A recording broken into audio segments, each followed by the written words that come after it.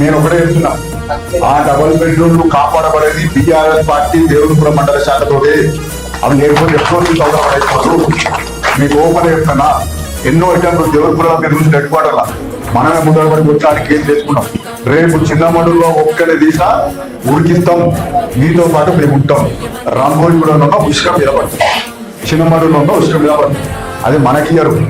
ఇక్కడ నుంచి పాలకుర్తికి, కొడకండ్లకి, లింగాలకన్పూర్కి అక్కడ ఉష్క లేదు, మేము ఉష్క పాలన తీసుకొస్తున్నాం అని చెప్పి తీసుకుపోయి లారీ డంప్ చేసుకొని అసలు ఉష్క లేకుండా తీసుకున్నాం. నేను పార్లమెంట్ ఎలక్షన్ ముందు ఒకసారి వేసాను, మళ్ళా గ్రామ పంచాయతీ ఎంపీటీసీ ఎలక్షన్ ముందు రెండోసారి వేస్తారు. అంటే నాట్లకు కాదు ఓట్లకు, అది అందరూ టీవీలో చూస్తారు. దాని గురించి మనం మాట్లాడుకున్నాం. ఇప్పుడు దాని గురించి పెద్ద చర్చ అవసరం లేదు.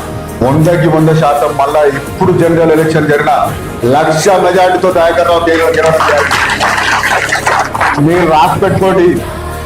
మొన్నటి దాకా దయాకర్రావు గారు మర్చిపోయో లేకపోతే వరకు మా మండల శాఖ ఎవడు కష్టపడడం, ప్రతి రిపోర్టు, ప్రతి మీటింగు, కష్టకాలంలో ఎవరినో రాసుకుంటానమో 100కు 100% భవిష్యత్తులో కూడా వాళ్ళనే లీడర్లను చేస్తాం, వాళ్ళనే నిలుసోబెడతాం. అందులో డౌటే లేదు.